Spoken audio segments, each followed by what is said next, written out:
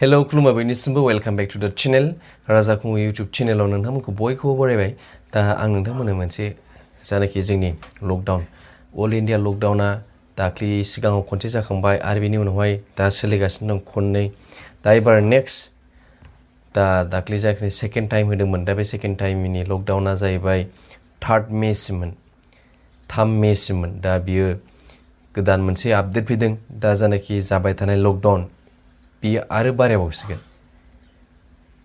जानाखि 3 मेसिम लकडाउन दंमोन ना बियो अल इन्डिया लकडाउन दा 4 मेनिफ्राय 4 तारिख 4 मेनिफ्राय 17 मेसिम आरो खनसेबाव थामथि खेबनि थाखाय लकडाउना सोलिफिनसिगोन दा बिनि थाखायनो नोंथांमोना बयबो एसे सिरियास जा मानो होनबा लकडाउनखौ खननै होखांखाबाय आरो नेक्स्ट खनथाम जाफिनगोन एबार जों खनथाम जासिगोन थेवब्लाबो दासिम कन्ट्रल जायाखै आरो मोनसेया मा जोंनि गेजेराव भेक्सिन गैया जोंनि गेजेराव मेडिसिन गैया दा जों बिनि थाखायनो एसे बयबो सिरियास जा दा जोंनि गेजेरावबो आसामाव नै मैया दाख्लैसो नै जोंनि क'क्राझार खाथियावनो बङाइगावआव माबायदि दा बिनि थाखायनो नोंथांमोना जिखि डिस्ट्रिक्टआव थाया मानो आंनि भिउवार्स लोगो नोंथांमोन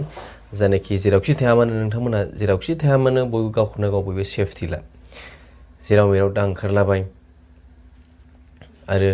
नोंथांमोना जेसे एसे बयबो गावखौनो गाव सांग्रांथि खालामगोन होननानै मिजिंथिबाय नोंथांमोना बांसिन मानसिफ्रानो दाबो रावबो बारा सिरियास जायाखै हे आंनाव जाखानाय नङा मा नङा बेबायदि साननानै मानसिफ्रा माने सिरियास जाया माने ओंखारलाबायनायखौ नुनो मोनो दा बेनि थाखायनो नोंथांमोना बयबो सिरियास जागोन होननानै आं मिजिंथिबाय दा जोङो बयबो सिरियास लानांगौ आरो गिनांगौ मानो होनबा जोंनि गेजेराव जै जाबाथाय जों माखौ जानो मुलियानो गैया जोंनि गेजेराव दा बेनि थाखायनो जानाखि लकडाउना बारायबावबाय नोंथांमोना बेखौ खिथाबाय जानाखि 4 मे बिनिफ्राय 17 मेसिम थामथि खेबनि थाखाय अल इन्डिया लकडाउना सोलिफिनसिगोन जानाखि माखासे जन बेफोरखौ लानानै आलदा माखासे रिलेक्सेसन होनाय दं दा थेवबो जोङो न'निफ्राय जोङो इमारजेन्सि खामानिब्ला न'निफ्राय जोङो ओंखारगोन होननानै बयखौबो मिजिंथिबाय आरो बयबो गावनि जिउखौ रैखाथि होनो थाखायनो जों बयबो न'आवनो थागोन होननानै आं बयखौबो मिजिंथिबाय गोजोन्थों बयनिसिमबो